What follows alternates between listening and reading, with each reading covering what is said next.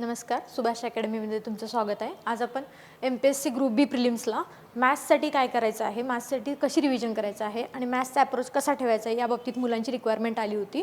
शेवटच्या 25 दिवसाचं जे व्हिडिओ लेक्चर केलं होतं त्यामध्ये मुलांनी विचारलं होतं की मॅथ्ससाठी काय अप्रोच ठेवायचा आहे। तर 20 प्रश्न मॅथ्सला येतात आणि आपण त्यामध्ये बोललेलो होतो की GSचा पेपर जेवढा लवकर कव्हर होईल, म्हणजे GSचे जे 80 प्रश्न आहेत जेवढं लवकर कव्हर होतील तेवढं लवकर तुम्ही कव्हर केले पाहिजेत आणि जास्तीत जास्त वेळ मॅथ्सला उरवला पाहिजे, म्हणजे कॉन्फिडन्स बिल्डअप राहतो आणि आपले छोटे छोटे सिली मिस्टेक होत नाहीत आणि 20 पैकी जवळपास 16-17 क्वेश्चन पहिल्या दुसऱ्या राऊंडमध्ये कव्हर होतात आणि त्यानंतर आपण 3-4 क्वेश्चन कव्हर होतात जर का वेळेचं व्यवस्थित मॅनेजमेंट केलं तर आता आपण सध्याला तेच बघणार आहे की मॅथ्ससाठी काय अप्रोच ठेवायला पाहिजे आणि त्यासाठी आपण आयोगाचेच प्रश्न घेतले आहेत।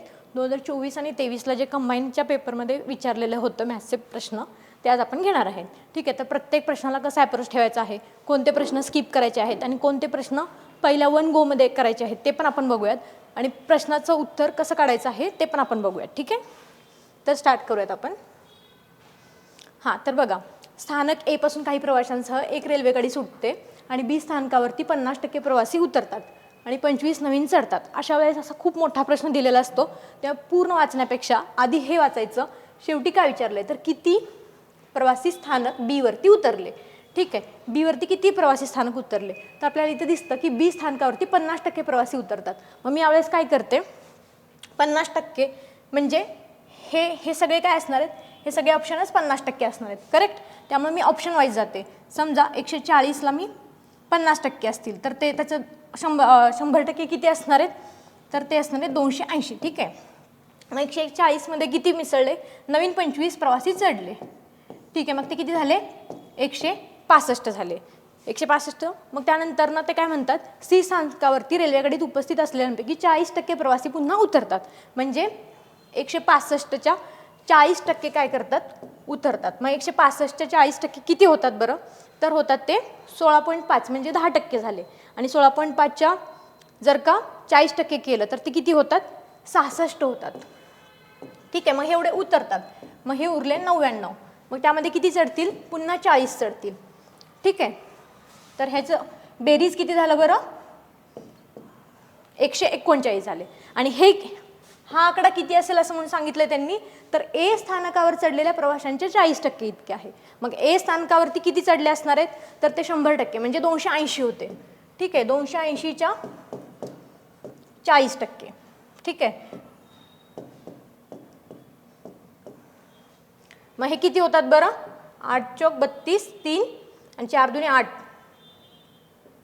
111, 112 होतात। 112 म्हणजेच 139 आहेत का तर नाही, तर हे ऑप्शन येणार नाही, 140चं ऑप्शन येणार नाही। तर असं पूर्ण करत गेलं तर आपण 275चं ऑप्शन बघूयात।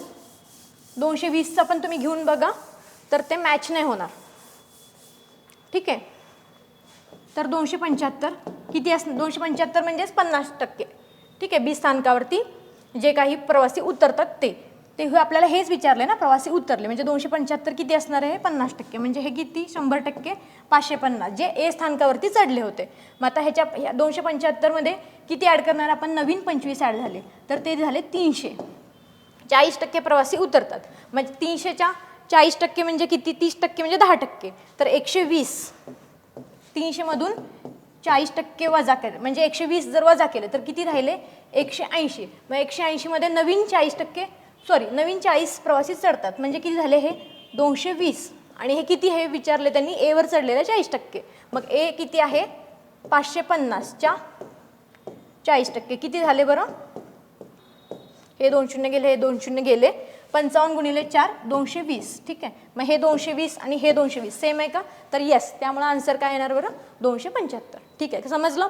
तर हा एकदम लेंदी कॅटेगरीमधला म्हणजे ऑप्शन वाईज गेलं तर आपल्याला हा क्वेश्चन सुटू शकतो, परंतु हा सेकंड राऊंडमध्ये सोडवायचा। ठीक आहे, पुढे बघूया।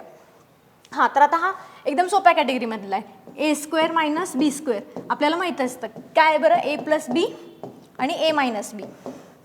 ठीक आहे, मग काय आणि खाली काय आहे, त्यांनी a- दिलं, त्यामुळे काय कट झालं, a - b कट झालं। मग a + b किती येणार, 3.49 प्लस 0.51 किती येईल, 10, 10, 4। मग आन्सर काय येईल बरं, 82चं आन्सर काय येईल, 4. ठीक आहे, या प्रकारचा क्वेश्चन पहिल्या गो मध्ये सोडवायचा. पुढे जाऊया. हां, समीरने एकूण 360 रुपयाला काही सफरचंद खरेदी केले. जर त्याला प्रत्येक सफरचंद ₹3 ची सूट मिळाली असती तर तो 25% अधिक सफरचंद खरेदी करू शकला असता.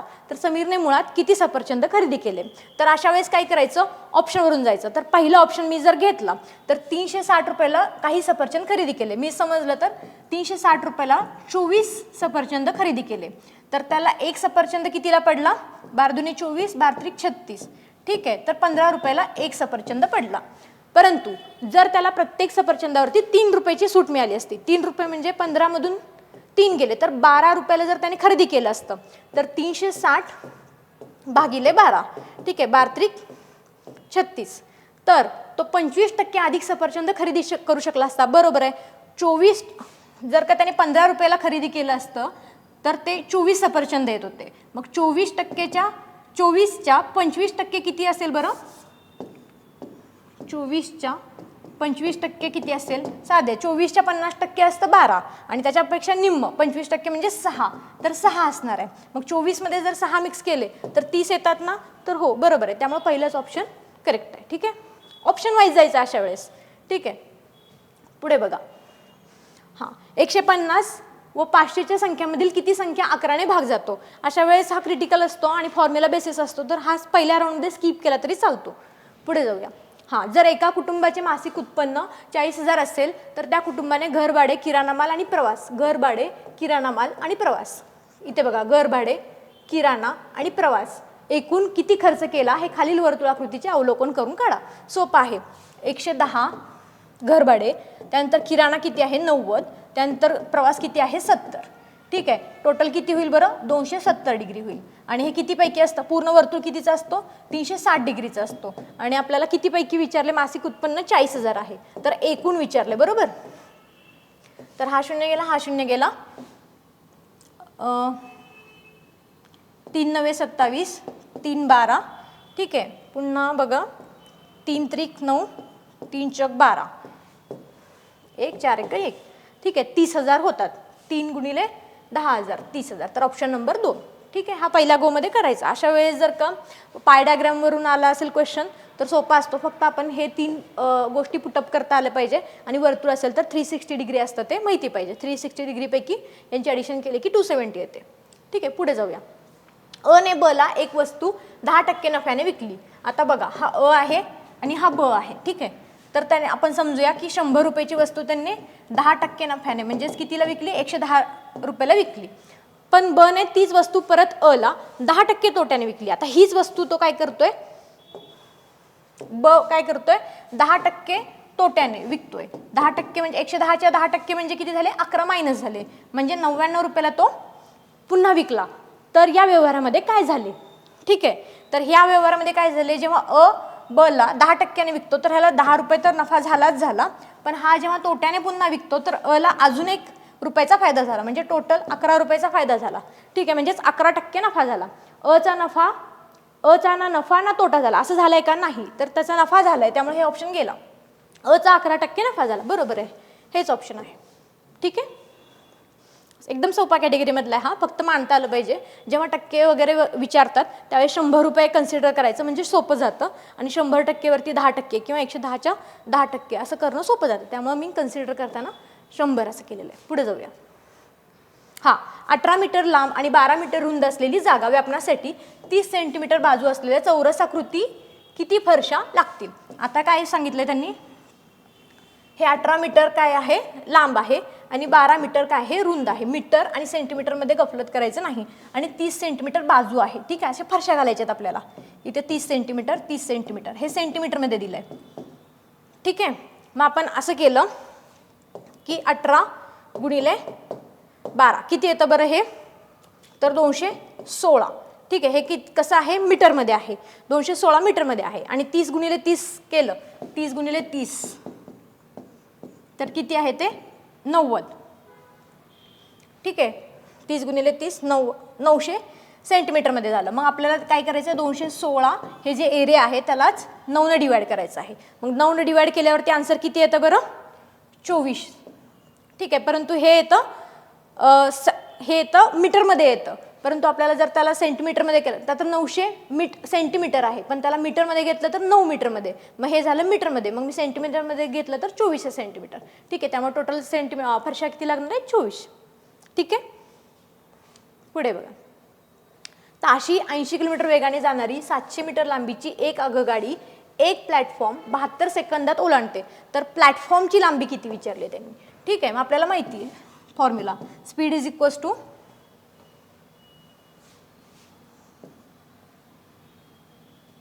दिसत नसेल तर बघा, speed is equals to distance upon time. ठीक आहे, स्पीड किती दिले त्यांनी?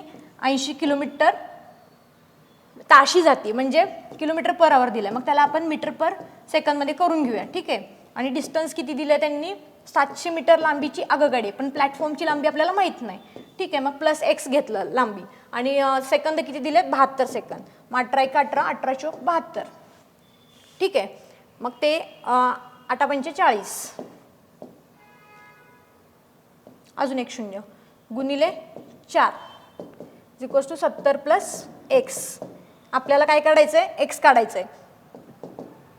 त्यानंतर बघा 4 × 4 = 16, 1600 - 700, 700 इकडं गेलं मायनस झालं. ठीक आहे, एक्स इज इक्वल्स टू मग किती राहिले बरं? 900. मग किती यायला पाहिजे? 900 मीटर. ठीक आहे, समजलं? सोपा कॅटेगरीमधला आहे. Speed is equals to distance upon time. जर का सगळे गोष्टी पुटअप केलं तर आन्सर येऊन जातं. आता बघा, भूषण एक काम 80 दिवसात पूर्ण करतो. आता तो एक हे जे काम आहे तो किती दिवसात पूर्ण करतो? 80 दिवसात पूर्ण करतो. ठीक आहे, परंतु 10 दिवस काम केल्यानंतर भूषण निघून गेला. एक दिवसात जर त्याने 80 एक काम जर त्याने 80 दिवसात पूर्ण केलं तर तो 10 दिवसात किती काम पूर्ण करेल बरं? 1/8 एवढं काम पूर्ण करेल, आणि तो निघून जातो. व उर्वरित काम नीरजने 35 दिवसात पूर्ण केले. आता उर्वरित काम किती असणार आहे? 7/8 एवढं असणार आहे, आणि त्याने किती दिवसात पूर्ण केले आहे? 35 दिवसात पूर्ण केले. तर एकटा नीरज हे कुणाचं काम आहे बरं? भूषणचं आहे. ठीक आहे, आणि हे कुणाचं काम आहे? नीरजचं. तर एकटा नीरज तेच काम किती दिवसात पूर्ण करेल? म्हणजे 7/8 एवढं काम तो जर 35 दिवसात कंप्लीट करत आहे, तर एक एवढं काम तो किती दिवसात पूर्ण करेल? मग क्रॉस मल्टिप्लिकेशन करायचं. 7/8 गुणिले x इज इक्वल्स टू 35. ठीक आहे, मग तिकडे गेलं x इज इक्वल्स टू 35 × 8 / 7. 7 × 1 = 7, 7 × 5 = 35, 8 × 5 = 40. ठीक आहे, तर 40 दिवसात पूर्ण करेल. समजलं? हे आपल्याला ना हे क्लॅरिफिकेशन पाहिजे कन्सेप्टचं, हे ह्या गोष्टीमध्ये मांडता आलं पाहिजे. ठीक आहे, पुढे जाऊया. हां, आता बघा, 5 वर्षापूर्वी काय विचारलंय? 5 वर्षापूर्वी रेखा व नेहाचे सरासरी वय 34 वर्ष होते. आज रेखा नेहा नीरजचे सरासरी वय 33 वर्ष आहे. ठीक आहे, मी असं मांडून घेते, रेखा प्लस नेहा किती वर्षापूर्वी विचारलंय? 5 वर्षापूर्वी. मग दोघांचे 5 आणि 5 किती झाले? 10 - 10. यांचं सरासरी वय किती आहे बरं? 34 आहे. आणि हे एक आपण हे फॉर्म्युलामध्ये मांडला. आता आज बघा, रेखा, नेहा आणि विचारलंय काय? नीरज यांचं सरासरी वय किती म्हणलंय? 33 वर्ष आहे. मग मी काय करते, हे जे आहे ह्याला सॉल्व करते. रेखा प्लस नेहा किती झालं? 68. हे +10 तिकडे गेले तर काय होतील? -10 तिकडे गेले तर प्लस होतील, म्हणजे हे 78 झाले. रेखा प्लस नेहा किती झाले बरं? 78 झाले. मग मी ते इथे पुटअप करते, ह्या इथे पुटअप करते. ठीक आहे, 78 plus Neeraj is equals to 33 गुणिले 3. हे सॉल्व करूया. 99 - 78 किती येतील बरं? हे 21. नीरज किती आहे? 21. परंतु विचारलंय काय? नीट वाचायचं, 10 वर्षानंतर विचारलंय. मग 21 + 10 किती येतील बरं? 31. ठीक आहे, अशा पद्धतीने हे, म्हणजे जर का फॉर्म्युलामध्ये पुटअप केलं आणि व्यवस्थित गोष्टी पुटअप केलं, 10 वर्षानंतर म्हणलंय की 5 वर्षापूर्वी म्हणलंय, या गोष्टी जर व्यवस्थित पुटअप केल्या तर आन्सर येऊ शकतं. ठीक आहे, पुढे जाऊया. आता बघा, 6 मजूर 4 दिवसात 9600 विटा बनवतात, तर 18 मजूर 2 दिवसात किती विटा बनवतील? 6 मजूर 4 दिवसात ठीक आहे, किती विटा बनवतात? 9600 विटा बनवतात. ठीक आहे, तर 18 मजूर 2 दिवसात किती विटा बनवतील? x. मग हे कसं सॉल्व करणार? 6 × 6 6 18. मग x इज इक्वल्स टू 3 गुणिले 9600 डिवायडेड बाय 2. किती येणार ह्याचं?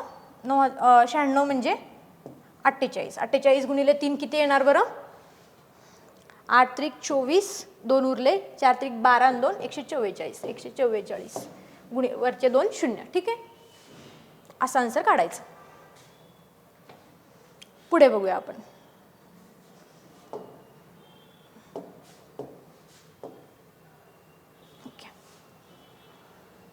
हां, आता बघा, 54 किलोमीटर तास वेगाने धावणारी ट्रेन 9 सेकंदात 1 टेलिग्राम पोल ओलांडते, तर ट्रेनची लांबी किती? लांबी आपल्याला माहिती आहे, स्पीड इज इक्वल्स टू काय असतं बरं? Distance upon time. स्पीड किती दिलाय का त्यांनी? 54 किलोमीटर पर आवर म्हणलंय, परंतु त्याला जर मीटर पर सेकंदमध्ये केलं तर 5/8. डिस्टन्स किती सांगितलंय त्यांनी? डिस्टन्स तर आपल्याला काढायचं, ट्रेनची लांबी काढायची. त्यामुळे लांबी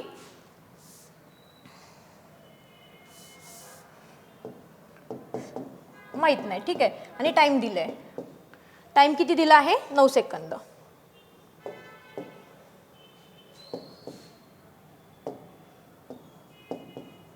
9 × 9 9 × 18. ठीक आहे, 1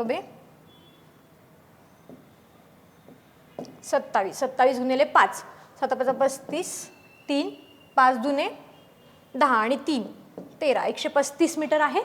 ठीक आहे, करेक्ट आहे, 135 मीटर. सोपा कॅटेगरीमधला होता. आता खालील संख्या श्रेणीतील क्रमाने येणारी संख्या कोणती? 3 6 11 18. आता ह्याच्यामधलं जर डिफरन्स पाहिलं तर इथं आहे 3चा गॅप, इथे आहे 5चा, इथे आहे 7चा, मग पुढे येणार किती? 9चा. त्यामुळे किती येईल बरं? ते 27. ठीक आहे, अमर त्याच्या घरापासून पश्चिमेकडील शाळेकडे, आता त्याचं इथे घर आहे समजा, तर पश्चिमेकडील शाळेकडे कुठे गेलाय तो? 4 किलोमीटर गेलाय. त्यानंतर तेथून 2 किलोमीटर उत्तरेकडील बँकेकडे गेला तो. ठीक आहे, उत्तरेकडील बँकेकडे गेला. किती गेला? 2 किलोमीटर गेला. त्यानंतर बँकेतून पैसे घेतल्यानंतर अमर पूर्वेकडे जातो पुन्हा. किती? 4 किलोमीटर. भरतच्या घरी जातो. हे किती आहे पुन्हा? 4 किलोमीटर. तर तो त्याचे घर यामधील अंतर किती आहे? तर 2 किलोमीटर. ओके, तर अशा जे दिशादर्शनचे जे क्वेश्चन असतात ना, तर ते एकदम सोपे असतात आणि ते फर्स्ट गोमध्ये आता तुम्ही बघत आहात. आत्तापर्यंतचे जे क्वेश्चन्स आहेत ते फर्स्ट गोमध्ये आपण करत आहे बरं का, कुठलाही स्किप केलेलं नाही आहे. म्हणजे बऱ्याच वेळेला आपल्याला हे समजतं की ते फक्त आपल्याला तुम्हाला हे कसे पुटअप करायचे आहेत आणि फॉर्म्युला काय आहेत एवढं कन्सेप्ट माहिती पाहिजे. कमीत कमी वेळेत आपण हे सॉल्व करू शकतो. आता हा पण जो होता तो कमीत कमी वेळेमध्ये सॉल्व केलेला आहे. त्यामुळे प्रत्येक वेळेस असं नाही की कोणताही क्वेश्चन स्किप करायचा आणि पुढे निघून जायचं. स्किप करायचे पण तुम्हाला पहिला जो एकदम पहिला क्वेश्चन होता तो खूपच लेंदी होता, तर तिथे होतं की आपण स्किप केला होता तो. ठीक आहे, पहिल्या गोमध्ये स्किप केला होता, परंतु सेकंड गोमध्ये आल्याने जर ऑप्शन वाईज गेलं तर तो पण आपल्याला करेक्ट येऊ शकतो. ठीक आहे, आता पुढे बघूया.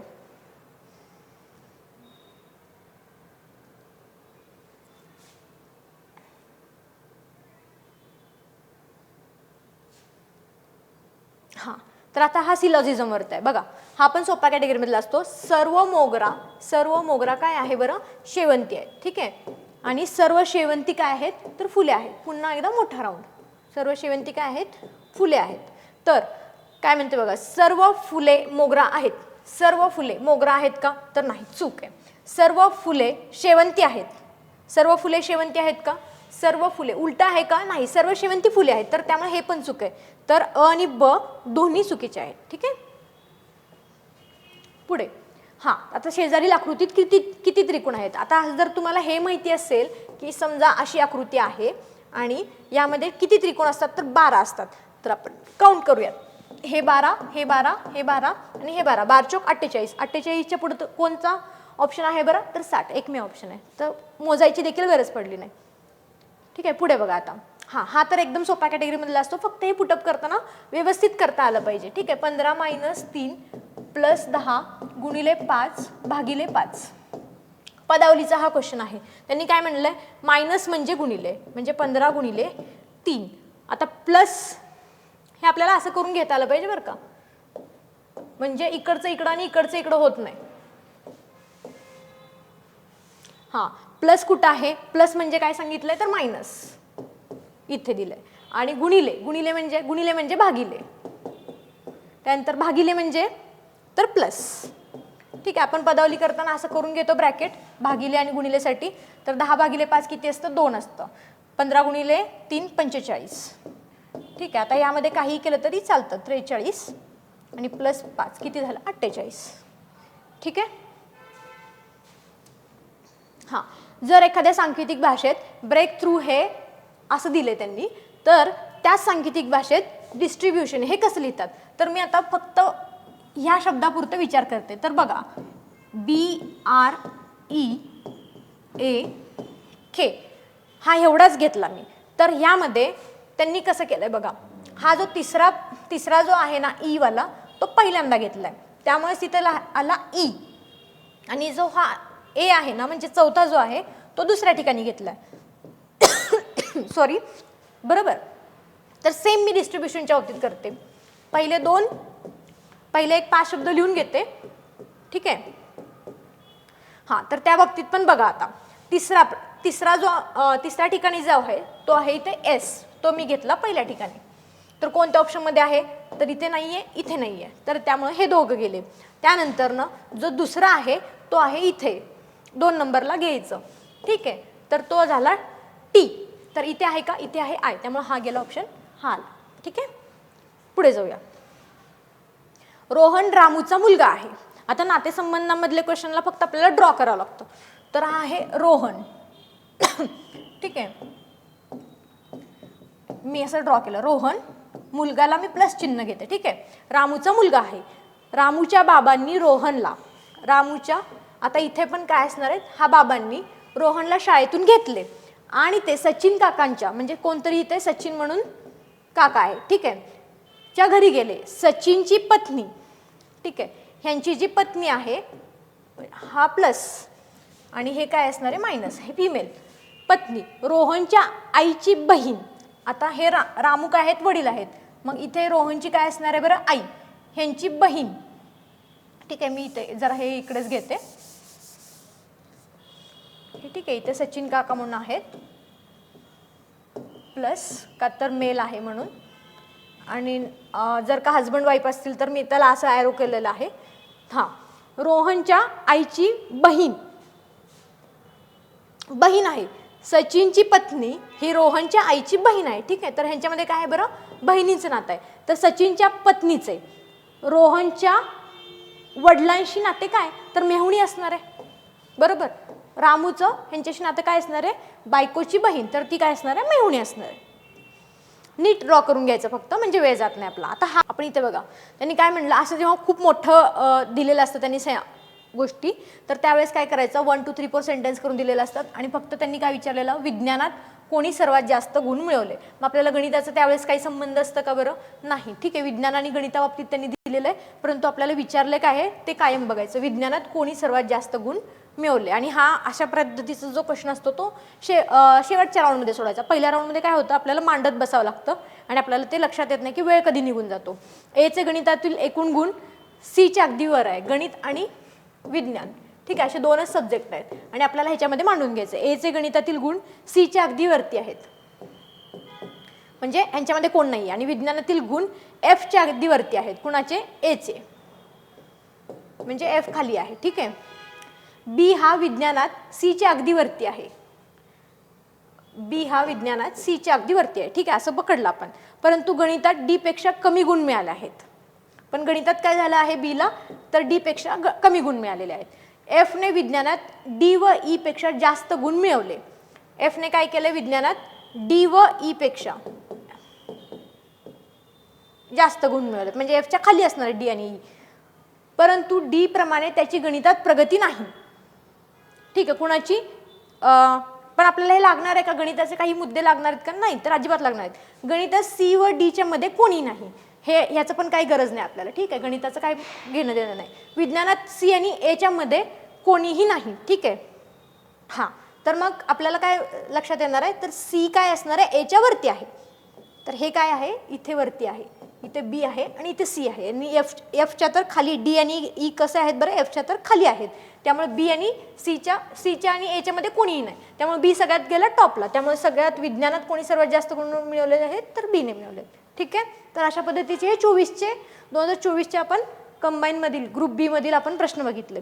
तर आपल्याला ह्याच्यावरून काय कळालं बरं पहिल्या क्वेश्चन पासून, तर कुठे वेळ जातोय आपला फक्त, तर बघा इथे वेळ जातोय. ठीक आहे, हा तर सोपा आहे, A+B A-B असं जर केलं तर लगेच आन्सर येऊ शकतं. त्यानंतर ना बघा हां इथे पण नाही वेळ जाते. जर पहिल्या ऑप्शनवरून तर गेला तर ऑप्शन पहिल्यामध्येच तुम्हाला आन्सर मिळू शकतं.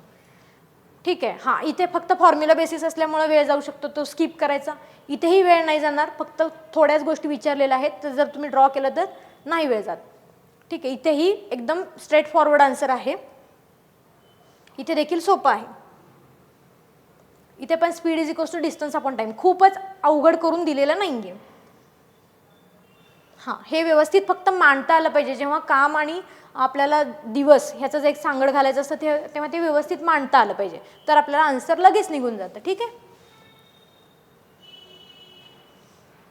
तर एकंदरीत काय सांगायचं गणिताच्या बाबतीत, 24चा जर क्वेश्चन पेपर पाहिला तर गणिताचे प्रश्न एकदम सोपे होते. फक्त आपण तुम्हाला लेअर करता आलं पाहिजे की फर्स्ट गोमध्ये मी सोपे क्वेश्चन उचलणार, एक जवळपास 7 ते 8 क्वेश्चन तुम्हाला सोपे मिळू शकतात. त्यानंतर सेकंड गोमध्ये थोडे वेळ खाणारे परंतु आन्सरापर्यंत आपण पोहोचू शकतो असे एक 5-6 क्वेश्चन तुम्ही घेऊ शकता. आणि थर्ड गोमध्ये बाकीचे क्वेश्चन तुम्ही सॉल्व्ह करू शकता. आणि एखादा दुसरा नाही चालला तर स्किप करा सरळ, तिथे वेळ घालू नका. त्यापेक्षा एखादा GSचा किंवा करंटचा, GS मधील करंटचा विज्ञानाचा क्वेश्चन तुम्ही सॉल्व्ह करू शकता. ठीक आहे, तर हे झाले 2024चे प्रश्न. आता आपण 2023चे प्रश्न बघूयात. तर आता आपण 2023चे प्रश्न बघूयात, कंबाईन ग्रुप बीला विचारलेले मॅथ्सचे. ठीक आहे, सुरू करूया. क्वेश्चन नंबर 81 बघा, वर्तुळाचे क्षेत्रफळ क्ष चौरस सेंटीमीटर असेल आणि त्याच वर्तुळाचा परिघ जर क्ष सेंटीमीटर असेल तर खालीलपैकी कोणती त्या वर्तुळाची त्रिज्या होईल. आपल्याला क्षेत्रफळ माहिती, एरिया काय असतो बरं वर्तुळाचा, पाय स्क्वेअर, तर त्यांनी काय म्हणलं x आहे. आणि जर का परिघ म्हणजेच पेरिमीटर 2πr किती आहे, तो पण x आहे. तर खालीलपैकी कोणती त्या वर्तुळाची त्रिज्या होईल. ठीक आहे, तर हे दोन्ही सेम आहेत, मग आपण असं पुटअप करू शकतो. ठीक आहे, pi square is equals to 2πr, पाय गेलं, त्यानंतर r² is equals to 2r. Okay, हां तर मग आता आपण इथे पुटअप करून बघूयात. तर 1 सेंटीमीटर आहे, 1चा स्क्वेअर किती असणार आहे 1, आणि इथं पण जर मी 2 × 1 असं जर पुटअप केलं तर हे सेम येईल का, तर नाही. आता 2 पुटअप करूयात. 2चा square is equals to 2r. ठीक आहे, मग 2चा स्क्वेअर किती असतो 4, आणि 2 × 2 r म्हणजे किती 2 घेतलं आपण, तर हे पण 4, तर हे इक्वल होईल. त्यामुळे काय असणार आहे बरं, वर्तुळाची त्रिज्या 2 सेंटीमीटर. ठीक आहे, पुढे जाऊया. एका दुकानदाराने 15 शर्ट किती 2340 रुपयांना विकल्यास 60 रुपये तोटा झाला, तर प्रत्येक शर्टची खरेदी किंमत किती असेल. जर त्याने 15 शर्ट 2340 रुपयांना विकला पण त्याला 60 रुपये तोटा झाला, मग आपण असं ते तोटा पण त्यामध्ये ॲड करून टाकू. 2340 रुपयाला तो विकतोय 15 शर्ट, परंतु तोटा त्याला किती झाला 60 रुपये झाला. मग 60 जर कमी यामध्ये मिसळले तर टोटल किती झाले 2400 झाले. म्हणजे ही काय असणार आहे, खरेदी किंमत असणार आहे. आणि मग त्याला एका शर्टची किंमत किती पडली असणार आहे 2400 भागिले 15. ठीक आहे, आपण इथं भाग घालू शकतो. 3×5 15, 3×8 24. ठीक आहे, मग 5×1 5 16, 16×5 80 म्हणजे 160 रुपये. ठीक आहे, क्वेश्चन नंबर 83 बघा. आता हे अंश आणि छेद आपण जरा सिम्प्लिफाय करून घेऊया, म्हणजे याचं आन्सर आपल्याला काढता येईल. ठीक आहे, 0.1 0.1 0.1 3 वेळा दिलं, मग आपण a³ + b³ या फॉर्मॅटमध्ये लिहू शकतो का अंश आणि छेद, तर हो लिहू शकतो.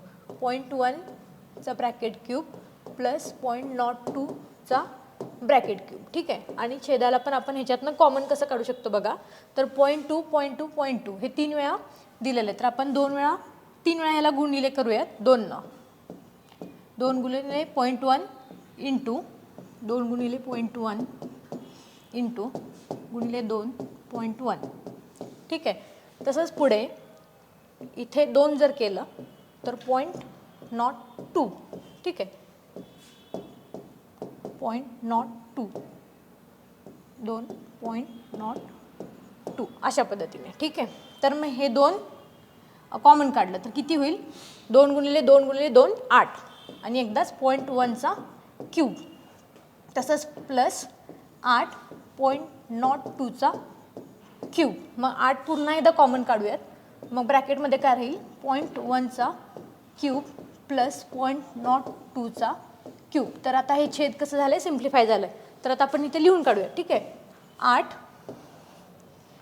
8.1चा ब्रॅकेट क्यूब प्लस 0.02चा ब्रॅकेट क्यूब. तर ठीक आहे. तर हे काय झालं बरं हे पूर्ण कॅन्सल झालं. तर मग राहिलं काय 1/8. 1/8 किती असतं 0.125. ठीक आहे. तर अशा पद्धतीने आन्सर येतो. हां तर बघा 3 व्यक्तीच्या आजच्या वयांची बेरीज 72 वर्ष आहे व 7 वर्षापूर्वी त्यांच्या वयाचे गुणोत्तर 4:6:7 असे होते. तर त्यांचे आजचे वय किती आहे. तर आता आपण हे जर असं पुटअप केलं 4x किती 7 वर्षापूर्वी. मग आजचं कसं असणार आहे 4x + 7. ठीक आहे. त्यानंतर 6x + 7. त्यानंतर 7x + 7. ठीक आहे. आणि आजच्या वयाची बेरीज किती आहे म्हणले त्यांनी मग म्हणजे 4x + 6x + 7x आणि हे प्लस सगळे 3 म्हणजे +21 किती असणार आहे 72. ठीक आहे. मग यांची टोटल ॲडिशन केली तर 17x = 72 हे +21 तिकडे गेले -21. तर किती झाले बरं 51. मग हे 17 तिकडे डिवायडेशनला गेले. ठीक आहे. तर किती झालं 17 × 51. मग x = 3. मग 4x + आता आपल्याला आजचं वय विचारलं आहे 4x + 7. एक्सच्या ठिकाणी 3 पुटअप करा किती झालं 4 × 12. 12 + 7 किती झाले 19. ठीक आहे. 19 कुठे आहे पहिल्या ऑप्शनमध्ये एकाच ठिकाणी आहे. ठीक आहे. Answer number 1. मग बाकीचे पण पुटअप करून तुम्ही बघू शकता. 6 × 3 किती झालं 18. 18 + 7 25. ठीक आहे. असे बाकीचे बरोबर येतात परंतु पूर्ण करत बसायचं नाही वेळ कमी असतो. एक जरी आन्सर आला आणि एकाच ऑप्शनमध्ये ठिकाणी असेल तर ते घेऊन चालायचं. एका माणसाने बँकेकडून दर साल 12% सरळ व्याज कर्ज घेतले. 3 वर्षानंतर त्याने ₹5,400 सरळ व्याज फेडले तर त्याने घेतलेल्या कर्जाची रक्कम किती. आपल्याला माहिती PNR डिवायडेड बाय काय असणार आहे 100. ठीक आहे. आणि मग आपण पुटअप करूया. तर विचारलं काय कर्जाची रक्कम म्हणजे प्रिन्सिपल अमाऊंटच विचारलेलं आहे त्यांनी.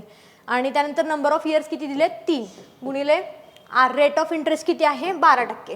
ठीक आहे. आपल्याला P माहिती नाही आणि गुणिले डिवायडेड बाय 100 आणि व्याज किती भरलं आहे बरं 5,400. मग हे 100 इकडे आले 5,400 गुणिले 100 डिवायडेड बाय 3 गुणिले 12. तर मग ह्याचा भाग घालूया आपण 3 × 3 उरले 8. ठीक आहे. मग कसं येईल बरं 6 × 2 = 12 6 × 3 = 18. मग अजून एकदा भाग जाईल का हो 5 × 3 = 15. 15,000 रुपये. ठीक आहे. एका 16,000 रुपये किमतीच्या यंत्राची किंमत दरवर्षी 5% कमी होते तर 2 वर्षानंतर विचारलंय. आता 16,000 हां दरवर्षी किती टक्क्याने कमी होते 5%. 16,000चे 5% 10% किती असतात 1,600 असतात. तर 5% किती असतील बरं 800 असतील. मग ते मी वजा केले ह्याच्यातून 800 वजा केले 5% म्हणजे तर किती झाले बरं 00 5,200 झाले. पण हे झालं पहिल्या वर्षी कमी झालेली किंमत. अजून एकदा कमी होते. ठीक आहे. अजून एकदा 5%ने कमी होते. मग आता ह्याचे 5% किती असतील बरं आपण करून बघूयात.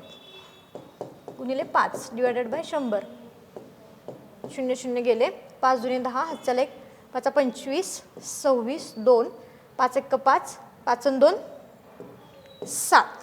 ठीक आहे 760. मग मी यातून किती काढते बरं पुन्हा एकदा 760 रुपये मायनस करते. तर किती झाले 10तून 6 गेले 4 आजच्याला 1 12तून 8 गेले 4 ते 1 4 1 14,440 रुपये आला आन्सर. ठीक आहे. Option number 3. ठीक आहे. आगगाडीचे प्रवास भाडे 20%ने वाढवले. पुन्हा सलग 2 महिन्यात 10% आणि 25%ने वाढवले तर सुरुवातीच्या प्रवास भाड्यात एकूण किती टक्क्याने वाढ झाली.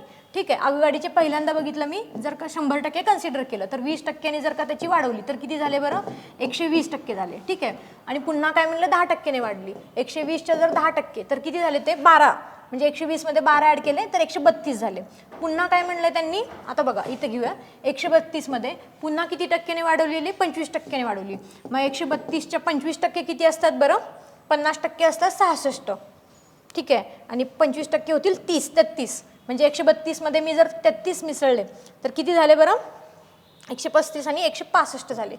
ठीक आहे, तर मग सुरुवातीच्या प्रवास भाड्यात एकूण किती टक्क्याने वाढ झाली, म्हणजे सुरुवातीचं होतं 100 आणि त्यानंतर झालं 165, म्हणजे टोटल ॲडिशन किती झाली, 65ची झाली. ठीक आहे, तर मग आन्सर नंबर 1.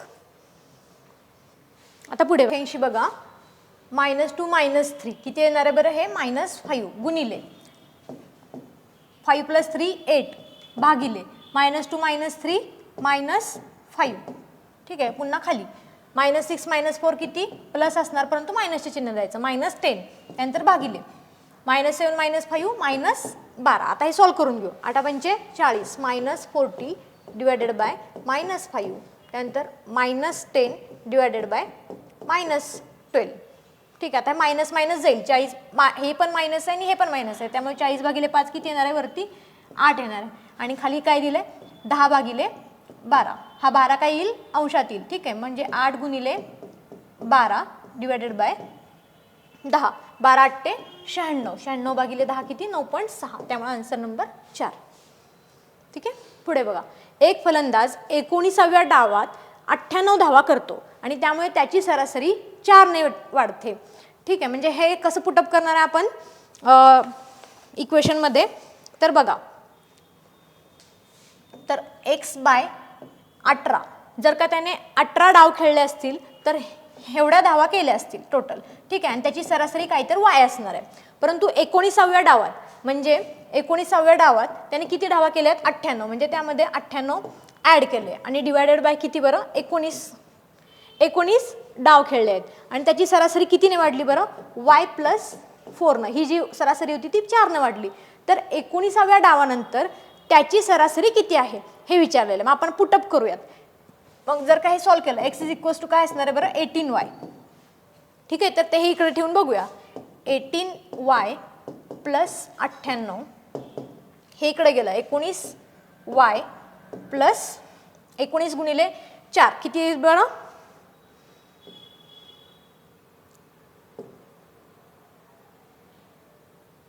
तर त्यानंतर काय केलं, 98 ते 76 इकडे आले, प्लसचे मायनस झाले. ठीक आहे, आणि 19y - 18y किती असणार आहे, फक्त y. मग y ची किंमत आपल्याला मिळाली, किती येईल बरं, हे येईल 22, y = 22. मग हे काय विचारले त्यांनी, 19व्या डावानंतर त्याची सरासरी किती, म्हणजे y म्हणजेच आपली सरासरी होती 19व्या डावानंतरची. ठीक आहे, परंतु त्याच्यामध्ये काय करायचं आहे आपल्याला, 4 ना ॲडिशन होणार आहे, y + 4. मग डायरेक्ट आपण 22 करणार का, नाही, तर 26 त्याची काय असणार आहे, सरासरी असणार आहे. ठीक आहे, पुढे बघा, एका वर्तुळाचे क्षेत्रफळ 3 सेंटीमीटर, 4 सेंटीमीटर आणि 12 सेंटीमीटर त्रिज्या असणाऱ्या 3 वर्तुळांच्या क्षेत्रफळाच्या बेरजे इतके असेल तर त्या वर्तुळाची त्रिज्या किती. एका वर्तुळाचे क्षेत्रफळ म्हणजे असं हे एक वर्तुळ आहे. ठीक आहे, πr² आणि बाकीचे पण 3 वर्तुळ आहेत, πr² + πr² अशा पद्धतीचे. ठीक आहे, + πr² आणि त्यांची त्रिज्या दिलेली आहे. पाय आपण बाजूला काढूयात, 3चा स्क्वेअर म्हणजे 9 + 16 + 144. ठीक आहे, आणि इकडं काय दिलेलं त्यांनी, हे πr². ठीक आहे, पाय गेले, मग r² = काय राहील बरं इथे, 144 + 25 किती येईल, 169. मग तर त्यांनी विचारले तर त्या वर्तुळाची त्रिज्या किती, म्हणजे हे r किती आहे. ठीक आहे, r = काय असणार, 13 सेंटीमीटर. ठीक आहे, आला आन्सर. ओके, बुद्धिबळाच्या पटावर किती चौरस असतात. आता बघा, आपल्याला असं वाटतं की हे असं बुद्धिबळाचं पट आहे आणि हे असे उभे 8 आणि असे आडवे 8, तर 8 गुणिले 8 64 असतं असं. ठीक आहे, तर 64 ऑप्शन आहे का बरं इथे, तर नाही आहे. तर ते कसं कॅल्क्युलेट करतात माहिती आहे का, तर समजा हा पहिला स्क्वेअर घेतला. ठीक आहे, मग उभे 8 आणि गुणिले आडवे 8, तर ते किती झाले, 64 झाले. त्यानंतर कसं कॅल्क्युलेट करत असतात, तर त्यानंतर ना हा असा एक पूर्ण चौरस कॅल्क्युलेट करतात.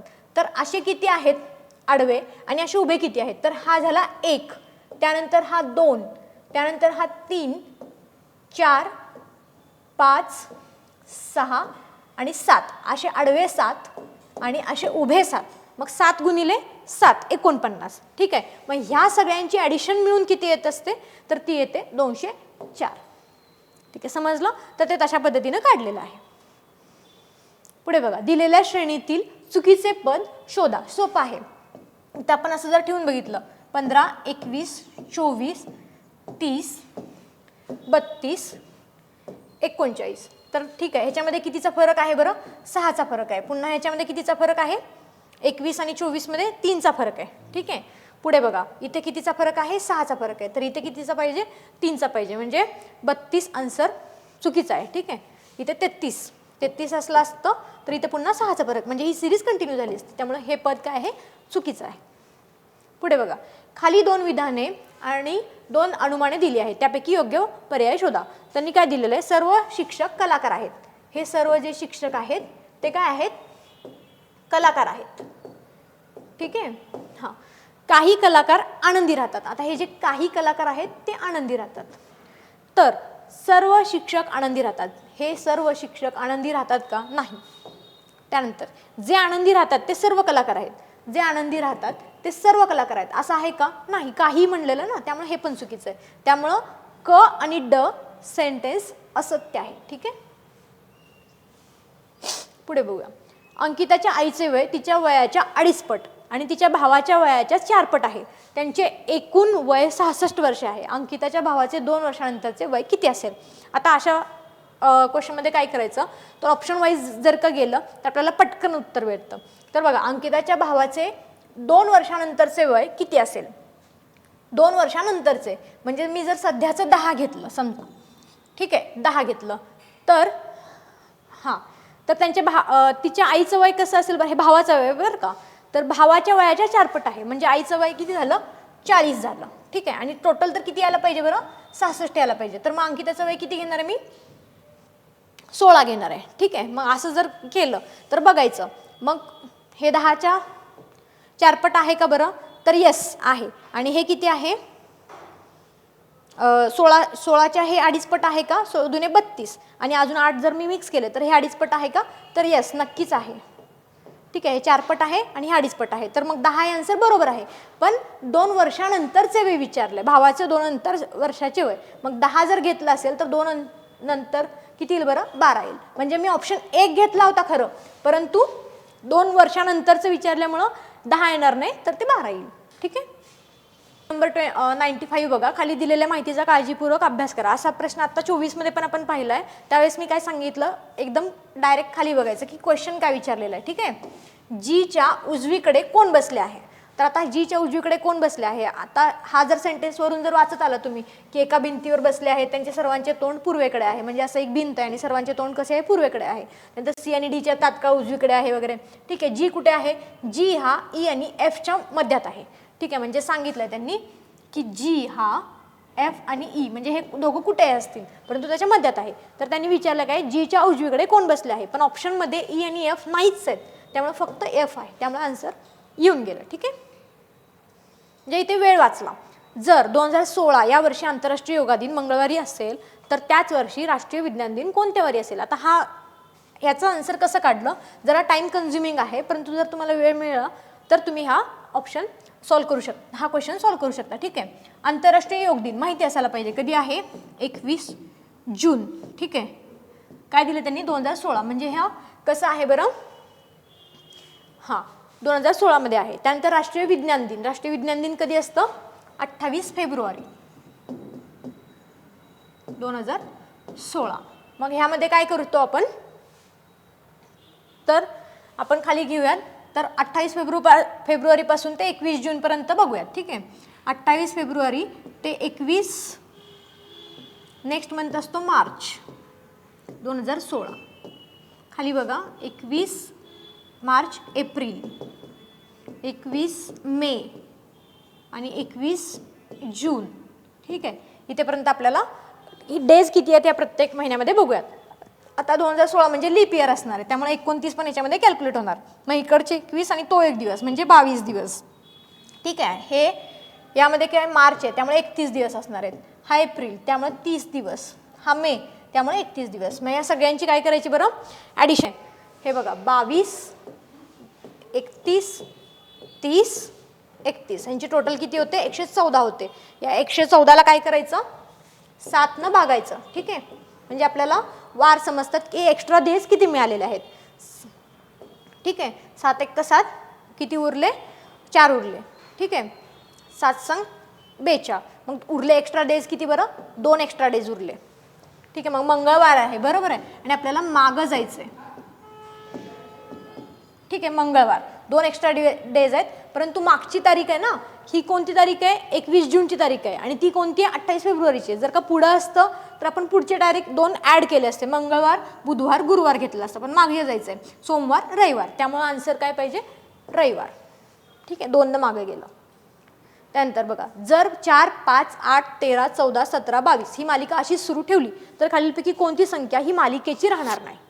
ठीक आहे, मग मला काय करायचं आहे 4 5 8 13 14 17 22 ही मालिका काय करायची अशी सुरू ठेवायची. पण त्यासाठी यामध्ये काय आहे हे आपल्याला समजलं पाहिजे. 1 3 5 पुन्हा एकदा 1 3 5. मग मी 22ला कंटिन्यू करते. बघा 22 23 1 3 5 1 3 5. आता बघूयात. हां इथे 1 3 मग 31 आहे का आहे, 32 आहे का यस, 35 आहे का यस, पण 33 नाही आहे. त्यामुळे ही मालिकेमध्ये काय येणार नाही बरं 33 येणार नाही, हे मिसिंग आहे. अशा वेळेस सिरीजची जेव्हा येते ना त्यावेळेस आपल्याला माहिती पाहिजे की ह्यामध्ये कितीचा गॅप आहे किंवा इथे काय लॉजिक लावलेलं आहे. सुटला तर लगेच सुटतो, परंतु कधी कधी नाही सुटत, तर हा पहिल्या राऊंडमध्ये घ्यायचा नाही, नंतर यायचं याकडे. सोपा होता. हां, या शब्दाची सर्व अक्षरे वर्णमालांनुसार लागली तर किती अक्षरांची स्थिती अपरावर्तित राहील, म्हणजे एकाखाली एक येतील असं विचारलंय. पण त्यांनी कसं लावायचं आहे वर्णमालानुसार लावायचं. ठीक आहे, म्हणजे मी कसं लावणार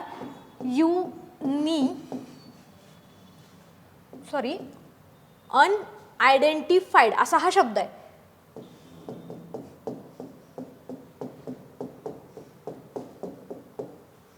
मग आपल्याला कसं लावायचं आहे बरं म्हणजे अल्फाबेटिकली आपल्याला पुन्हा अरेंज करून घ्यायचं. मग ABCD नुसार काय येणार पहिल्यांदा डी. ठीक आहे, डी 2 वेळा आहे ना, 2 वेळा घेतला. त्यानंतर काय येईल बरं ABCDE. मग ई किती वेळा आहे 2 वेळा आहे, 1 आणि 2. त्यानंतर काय येईल बरं F ABCDEF. त्यानंतर येतो आय किती वेळा आहे 1 2 आणि 3, 1 2 3. त्यानंतर N किती वेळा आहे एकदा आहे, दोनदा आहे. ठीक आहे, त्यानंतर येईल टी, त्यानंतर येईल यू.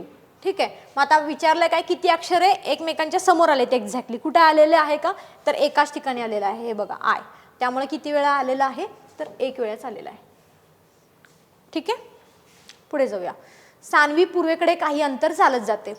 ठीक आहे, ती काय करत आहे अशी पूर्वेकडे काही अंतर चालत जात आहे आणि ती तिच्या डाव्या बाजूला 90 डिग्रीमध्ये वळते. ठीक आहे, तर ती तिच्या ही डावी बाजू 90 डिग्रीमध्ये वळते. तर नंतर ती 50 मीटर चालते आणि 90 डिग्री वळूनच ती किती मीटर चालत आहे 50 मीटर चालते. आता ती तिच्या उजव्या बाजूला 135 डिग्रीमध्ये वळते. समजा ही उजवी बाजू आहे आणि ती कशी वळत आहे हे 90 डिग्री आणि +45 म्हणजे 135 डिग्री हे असे होतील. ही आहे वायव्य, ही आहे आग्नेय, ही आहे नैऋत्य आणि ही आहे ईशान्य. तर कोणती दिशा आहे बरं तिच्या डाव्या बाजूला तर आहे ती ईशान्य. ठीक आहे, खाली वेन आकृती आणि 3 शब्दांचे पर्याय दिले आहेत. खालीलपैकी कोणता पर्याय वेन आकृतीचे अचूक दर्शवतो. ठीक आहे, इतिहास भूगोल नागरिकशास्त्र, तर तो कसं काढणार आपण सेपरेट 3 काढणार. ठीक आहे, त्यानंतर ना भारत आशिया युरोप.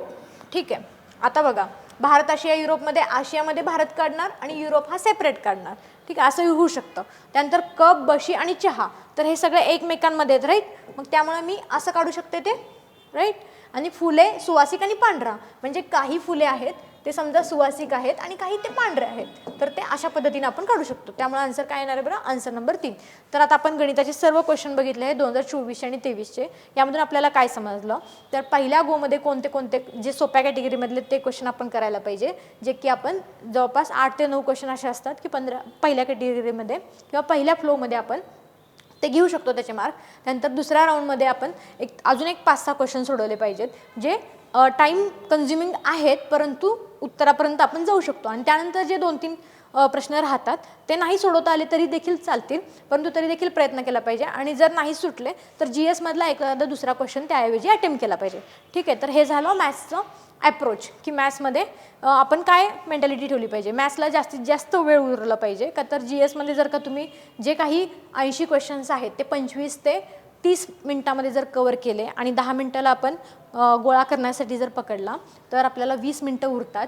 तर 20 मिनटांमध्ये 20 क्वेश्चन सॉल्व्ह होऊ शकतात आणि एक पॉझिटिव्ह आपल्याला काय कॉन्फिडन्स बिल्डअप राहतो. ठीक आहे, तर त्यामुळं मॅथ्ससाठी असा अप्रोच ठेवा, जास्तीत जास्त प्रॅक्टिस करा. तुम्हाला येणाऱ्या परीक्षेसाठी खूप खूप शुभेच्छा. थँक्यू.